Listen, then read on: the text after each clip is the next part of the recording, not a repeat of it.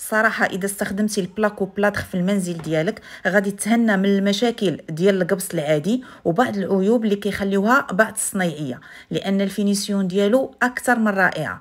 سواء استعملتي هاد البياتريز العادي اللي كيكون في الصالونات وغرف النوم، او استعملتي هاد البياتريز اللي ضد الرطوبه اللي كيكون في اللون الاخضر اللي تقدر تستعملو في الحمامات اولا في اي بلاصه عندك فيها الرطوبه. وباش هاد الالواح ديال القبص تباع بثمن مناسب في المغرب، اليوم عندنا اول مصنع مغربي كينتج لنا الالواح ديال القبص والمشتقات ديالو، الشركه ديال ضمان جيبسون.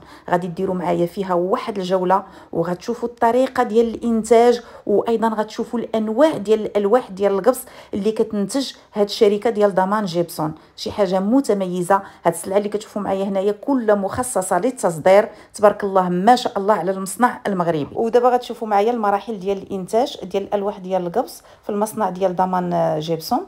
ضروري تاخذوا فكره وتعرفوا هاد الالواح منين كيتصنعوا. كما كتشوفوا معايا هذا هو الورق المقوى اللي كيدار في الجوانب بجوج ديال الالواح ديال القبص، وفي وسط منه بطبيعه الحال كتكون الماده ديال القبص. والصراحه باش كتعجبني الشركه ديال ضمان جيبسون انهم كيستعملوا المواد ذات جوده عاليه، وهذا الشيء شفتو بعيني.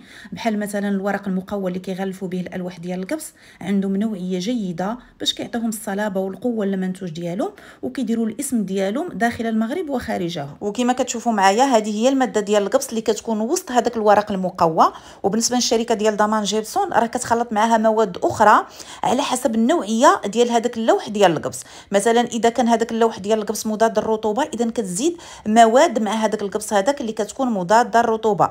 نفس الشيء اذا كان هذاك الورق ديال القبص مضاد للعافيه، كتزيد فيه مواد اللي كتكون مضاده للعافيه. ودابا الاخوان غتشوفوا معايا الانواع ديال الالواح ديال القبص اللي كينتج المصنع المغربي ضمان جيبسون. شي حاجه اللي متميزه واكيد غادي تحتاجوها في الفينيسيون ديال المنازل ديالكم.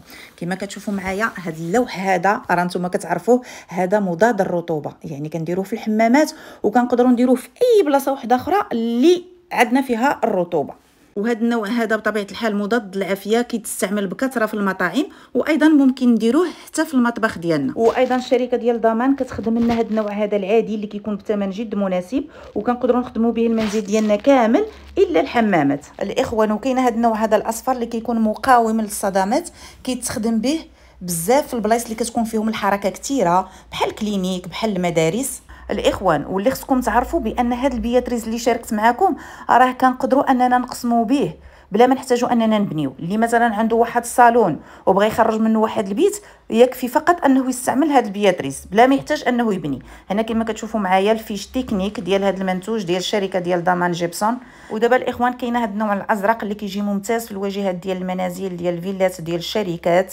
كما كتشوفوا معايا الصلابه ديال هاد اللوح هذا كيكون مقاوم لعوامل الجو كامله، كيصبر او ميم طون كيعطيك واحد الفينيسيون رائعه للواجهه ديال المنزل ديالك بلا ما تحتاج دير باستا اولا اي نوع ديال صباغه واحده اخرى اللي تكون صحيحه. يعني اذا درتي هذا الورق هذا يكفي انك دير الصباغه المائيه العاديه، غتطلع لك الفينيسيون رائعه لواجهه المنزل ديالك، وايضا غادي تكون صحيحه ومقاومه للعوامل ديال الجو.